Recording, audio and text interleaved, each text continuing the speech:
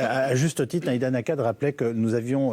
la France a été adorée dans le monde arabe, pour toutes sortes de raisons, je ne reviens pas là-dessus, mais est-ce qu'en ce moment, on est en fait dans un affrontement qui est aussi tout simplement une guerre de religion dont on n'ose pas dire le nom? Bon, en tout cas, même si les gens utilisent ces religions pour régler d'autres comptes, mais c'est perçu comme ça. On a, la semaine, il y a 10 jours, on visait l'éducation, et là, on vient de viser une église catholique. Ça n'est pas le fruit du hasard. En tout cas, c'est une guerre de civilisation, puisque la France n'est pas nommément et officiellement chrétienne, elle est même laïque, très officiellement.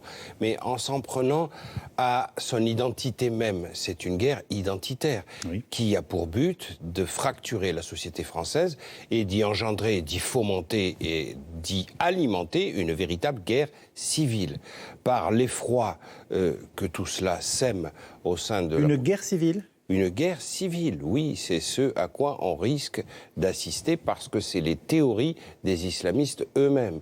Ils considèrent la France comme une sorte de proie qui est facile puisqu'il y a des lois démocratiques et un système très libéral et que nous ne voulons pas renoncer à ce qui a défini l'identité française en termes d'idéaux universalistes. Mais, par exemple, l'idéal de la laïcité française ne vise pas spécialement la religion, il vise beaucoup plus haut. Il vise à combattre l'obscurantisme.